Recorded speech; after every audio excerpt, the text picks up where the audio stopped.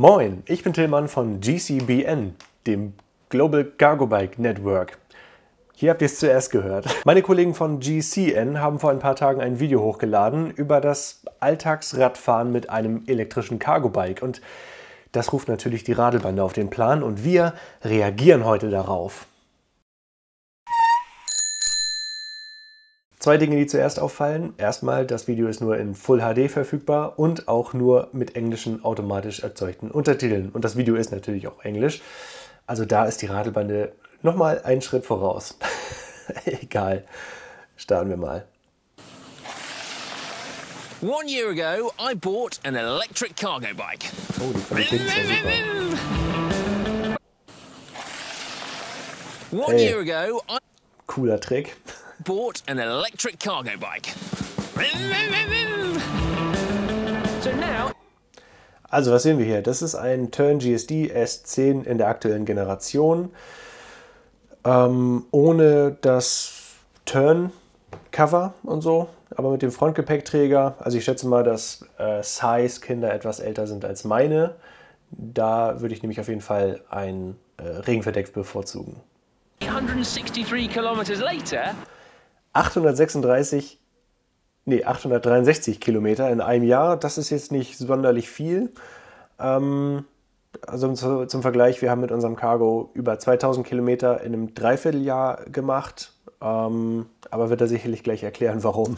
what have I learnt? And what about the two other people that have spent almost as much time on this bike as me? It can do jumps and it's really fast and Sie können damit springen, nicht schlecht. you don't have to go in the yucky car. Yucky But car. it has no roof. It rains. Ja, okay. Also auch ältere Kinder sind offenbar von Regen betroffen, nicht nur meine kleinen Zuckerstücke. You're wet. Insightful.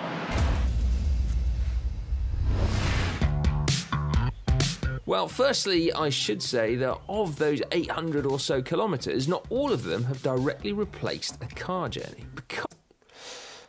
Das ist bei uns auch häufig so. Also je nachdem, in welcher Stadt du wohnst, ist es natürlich so, dass du häufig irgendwelche Wege auch einfach zu Fuß zurücklegen kannst. Und bei uns das Auto, wenn wir mal eins nehmen, auch nur für längere Fahrten zum Einsatz kommt. Aber das war schon früher so, als wir noch ein Auto hatten. Da haben wir auch nicht für jeden Furz ein Auto genommen, sondern sind auch häufig zu Fuß gegangen.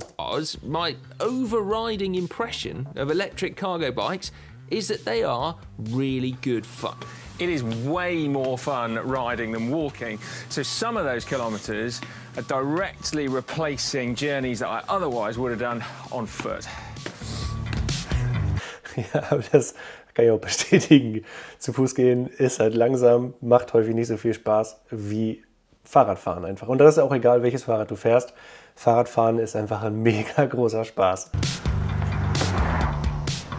Clearly, though, it's also way more fun than driving. And admittedly, I say that as someone who loves riding bikes. But I also used to really like driving cars. And now, I just find it really irritating. Das geht mir auch so. Also ich mag es mittlerweile überhaupt nicht mehr, Auto zu fahren.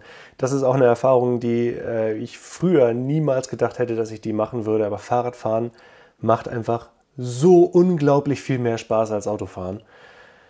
Das kann man sich als Autofahrender gar nicht richtig vorstellen. Aber wenn man erstmal so ein bisschen im Alltag Fahrrad gefahren ist, dann fühlt das, glaube ich, fast jeder mit.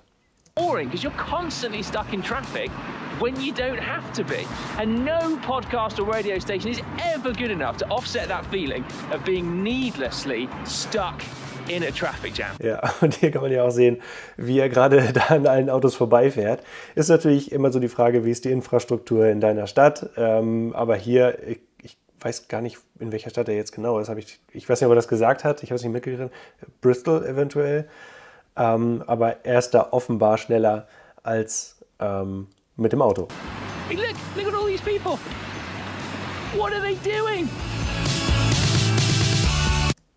Und was man halt auch cool finden muss, also ich finde es mega cool, GCN, da sieht man, dass es ein größeres Team ist, dass die auch mehr Budget haben, dass das mehrere Leute sind, die das filmen, präsentieren und schneiden. Also die Produktionsqualität ist ja super, ne? Also mit Leuten, die einen von außen filmen und so. Das ist alleine oder auch zu zweit einfach nicht möglich. Aber vielleicht kommt die Radelbande Global Cargo Bike Network da auch noch irgendwann hin. Hey, sportlich. There are no two ways about it. Buying an electric cargo bike is a big investment, and there aren't that many around on the second-hand market either. Das ändert sich aber gerade. Also der Zweithandmarkt, gerade so bei älteren Lastenrädern wie Urban Arrow, wie einige Baboos, der ist schon relativ groß, weil jetzt langsam die Familien zu dem Punkt kommen, wo die Kinder zu groß sind fürs Cargo Bike, also so die Early Adopter Familien. Und da tut sich jetzt gerade was auf dem Gebrauchtmarkt. Das sieht man auch in mehreren professionellen Gebraucht-E-Bike-Händlern, dass da auch immer mehr Lastenräder jetzt ins Angebot kommen. Aber grundsätzlich, klar, ist es eine große Investition, sich ein elektrisches Cargo-Bike anzuschaffen. Aber ich habe da auch mal ein Video gemacht über elektrische Cargo-Bikes unter 3.000 €. Das verlinke ich euch jetzt mal hier. A new electric cargo bike is still considerably cheaper than a new car. The reality is that you could probably buy several used cars for the price of one of these.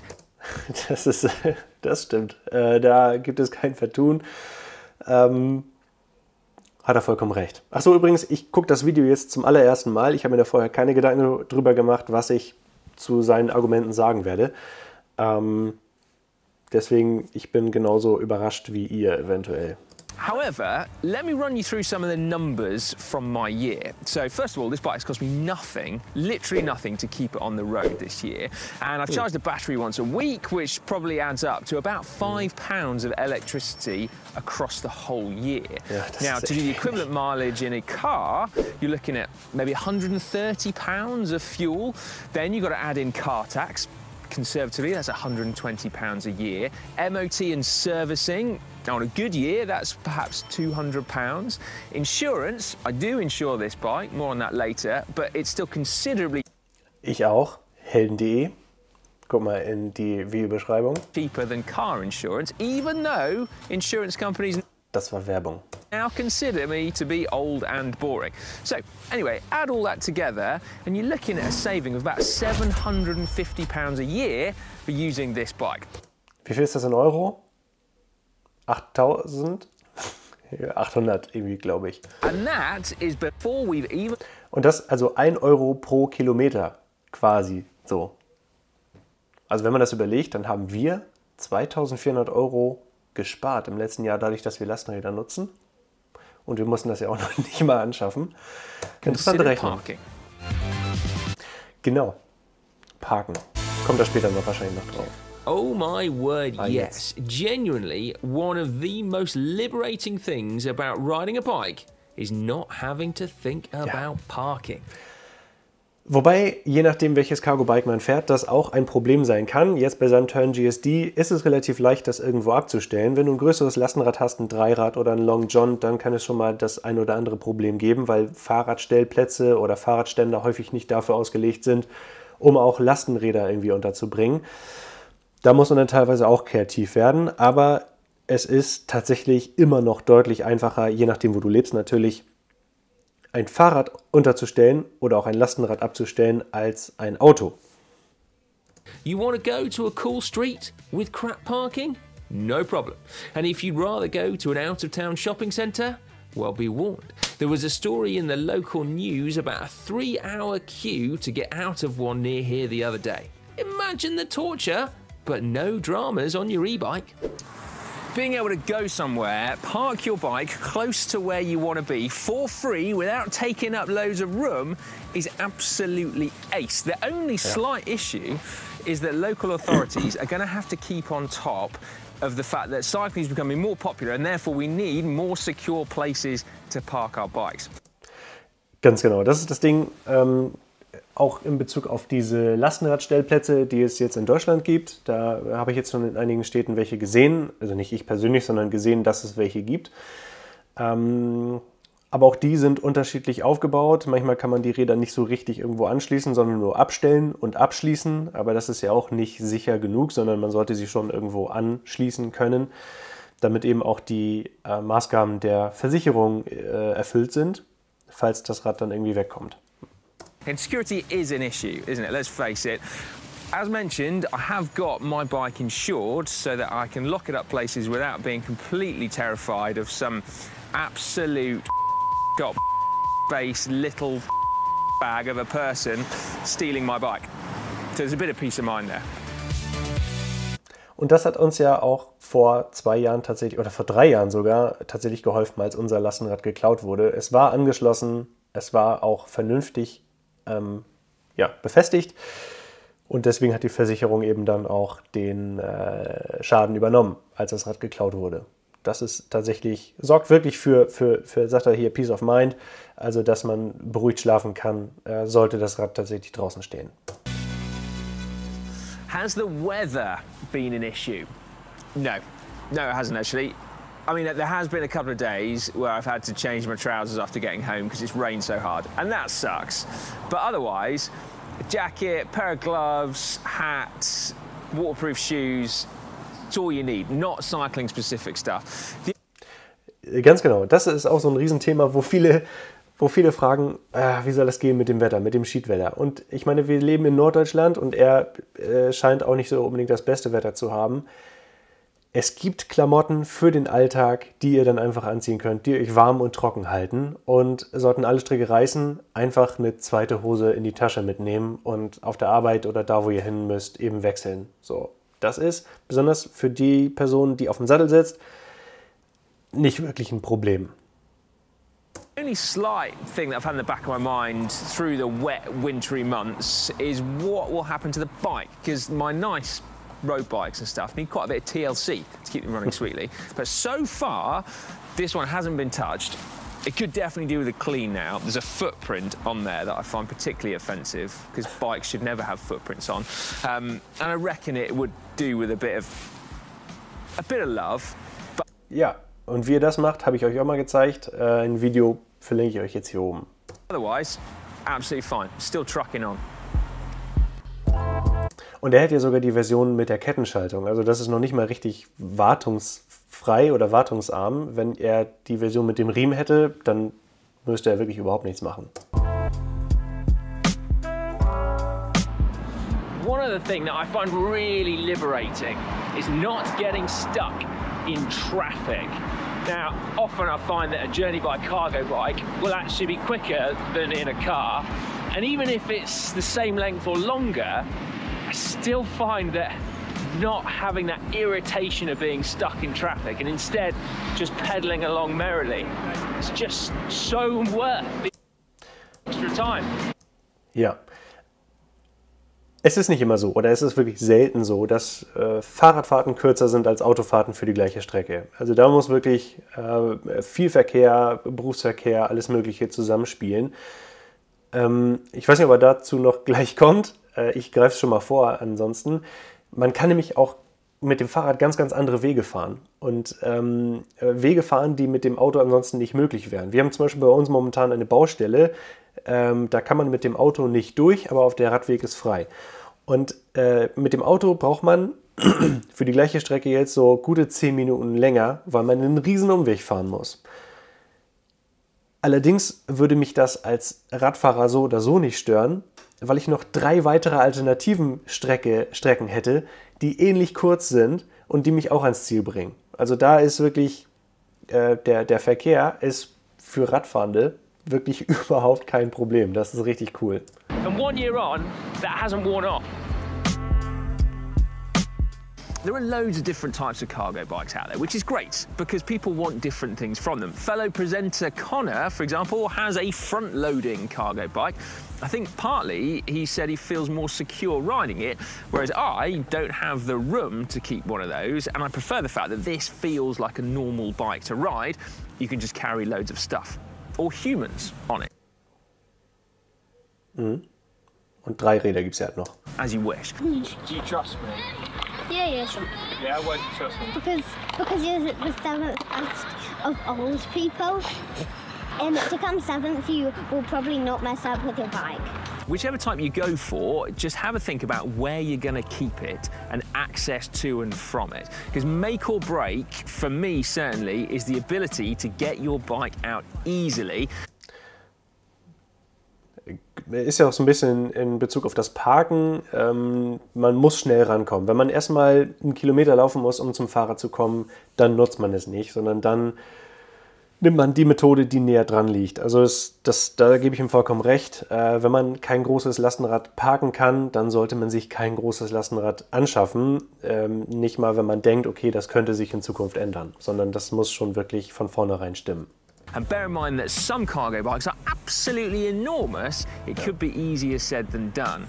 And it's got to be easy because nothing really compares with how easy it can be just to step out your front door and into a car that's outside or close by. And this is another point actually where you need to lobby your local authority. For some reason it's weirdly contentious here in the UK, but on-street bike parking, bike hangars would totally be the way to go for getting more people with e-cargo bikes. Ja, das gibt es in Deutschland auch kaum. Ich habe das mit Lea zusammen in Paris gesehen, solche kleinen Bike-Hangars, wobei die natürlich auch nicht geeignet sind dann für große Lastenräder, sondern dann eher für Räder aus der Kategorie Turn GSD. Aber es gibt ja auch einige andere kleine, kompakte Lastenräder. Und über das Thema Platz habe ich im Trends-Video gesprochen, weil das haben Hersteller auch erkannt, dass kleine Lastenräder wichtig sind, die trotzdem viel können. Und man kann sie eben auch in solchen kleinen, ja, Hangars unterstellen. Do you feel safe on the cargo bike? Yes, sometimes. Why do you feel safe? I feel safe because I feel like Daddy's not going to mess up, so we will not bang our heads and die. Ja, also das hängt natürlich immer davon ab, wie man tatsächlich mit dem Lastenrad unterwegs ist. Lea und ich, wir fahren schon zügig und wir fürchten uns auch nicht davor, mit den Kindern und den Lastenrädern Offroad zu fahren. Aber wenn es natürlich in einer schwierigen Verkehrssituation ist oder an der Straße, muss man immer auf die Kinder Rücksicht nehmen, gar keine Frage. Man sollte darauf achten, dass sie sicher sitzen, dass sie sich wohlfühlen. Und auch meine Kinder, die sind jetzt deutlich kleiner als Size-Kinder, haben sich aber immer wohlgefühlt in Lastenrädern. Und wenn sie halt ängstlich sind, wenn sie Angst bekommen, dann langsamer fahren, gut zureden. Und das ist halt das Coole an Lastenrädern. Man kann so gut mit den Kindern sprechen währenddessen, sodass sie eben nicht ihren Kopf stoßen und sterben werden. So as you can see, we've made it through the year safely and with no sketchy moments either. Und mit Helm, alle. Actually, touch wood, because there is always tomorrow, but we have been safe. And I suppose the question, though, is whether or not I've felt safe. And the answer is yes, actually. There is one junction that I have to cross once a week, and that's a bit unnerving. It makes me feel a little bit exposed with the... Ich glaube, solche Kreuzungen haben alle irgendwie in allen Städten. Wenn man darüber muss, da muss man mehr aufpassen als an anderen Kreuzungen. Und da einfach der Tipp, vielleicht einfach dann absteigen oder eine Route suchen, wo man eben nicht über eine solche Kreuzung muss. Und wenn ihr Glück habt, dann gibt es vielleicht einen schönen Fahrradweg oder einen Weg irgendwo an irgendeinem Wasser lang oder so. Aber das Schöne ist, mit dem E-Cargo-Bike kann man ja auch mal einen kleinen Umweg fahren. Kids on the bike, but otherwise it's absolutely fine. I choose my routes pretty carefully, so I stay away from fast roads, just because I don't like the speed differential when cars come up behind you really fast. Not that statistically that's where crashes tend to happen, but it doesn't feel very nice. And likewise, I tend to stay away from roads with really heavy traffic on there. Again, not because it's not safe, but just because it doesn't feel very nice. Ja, genau. Das Gefühl muss halt stimmen. Man kommt in den meisten Fällen sicher überall rüber, wenn man selber sicher auf dem Fahrrad ist. Aber das Gefühl, wenn hier ist ein LKW, da ist ein Bus, hinter dir und vor dir sind Autos, das ist einfach kein schönes Gefühl. Und es gibt in den meisten Städten wirklich schöne Alternativen, wo man mit dem Fahrrad gut langfahren kann. Now, Bristol, which is where I live, has... Was ist doch Bristol? An ever-increasing network of bike paths. The infrastructure is pretty convoluted at times, so if I was out by myself for a normal bike ride, I probably wouldn't necessarily use all that much of it. But on a cargo bike, I absolutely make the effort because it's nicer, even if it is fractionally slower. It's worth making that. Hier sieht man aber auch bei dem Bild, dass er ein echter dass er einen sportlichen Hintergrund hat. Seine Sitzposition auf dem Fahrrad, der Lenker ist relativ weit vorne und weit unten. Der fährt schon gerne schnell. Effort for. Generally, I've got to say that my experience is overwhelmingly positive in relation to car drivers and pedestrians. People seem to look at you on a cargo bike, particularly if you've got kids on the back, and kind of smile. Ja, das ist uns auch aufgefallen. Die Resonanz auf uns, gerade mit Kindern, ist überwiegend positiv. Und auch gerade von älteren Leuten, die freuen sich total, dass es solche Möglichkeiten der Mobilität gibt.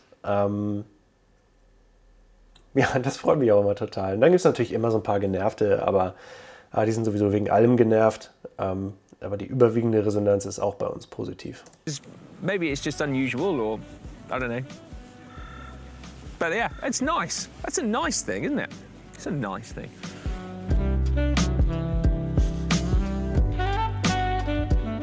Out of 10, what would you say for cargo bikes? 10. 9 und 9 3/4.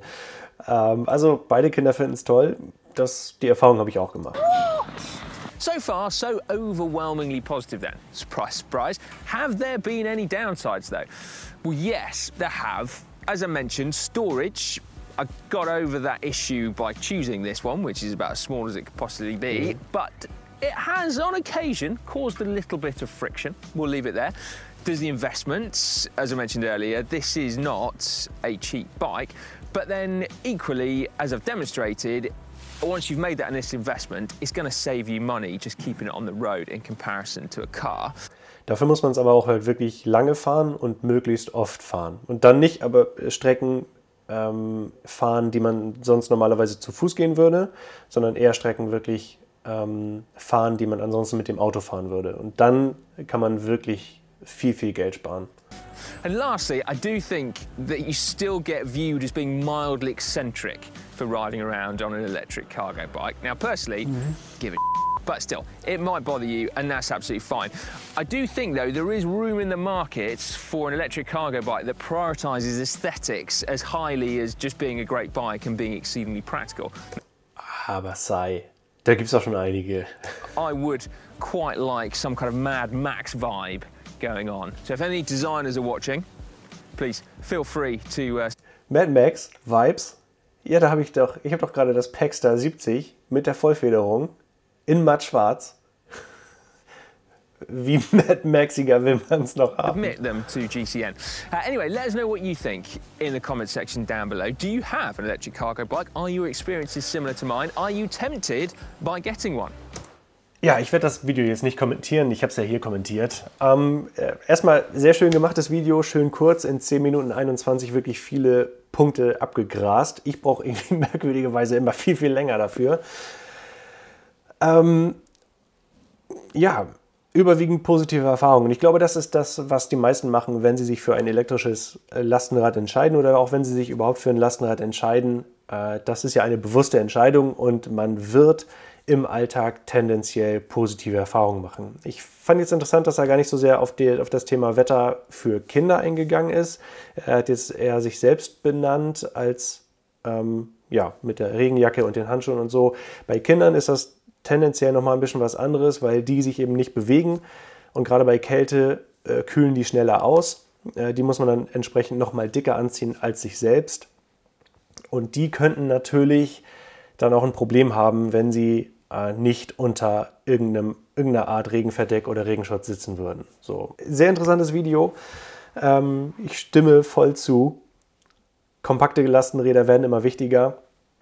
Und ich glaube, ein besseres Lastenrad für Sai gibt es jetzt, glaube ich, gar nicht so richtig. Gerade wenn man größere Kinder hat, dann braucht man den Platz hinten. Da ist das Longtail so ziemlich das Beste, weil man da einen sehr, sehr breiten Anwendungsbereich abdecken kann. Wenn die Kinder sehr groß werden, kann man die auch auf dem Longtail noch mitnehmen.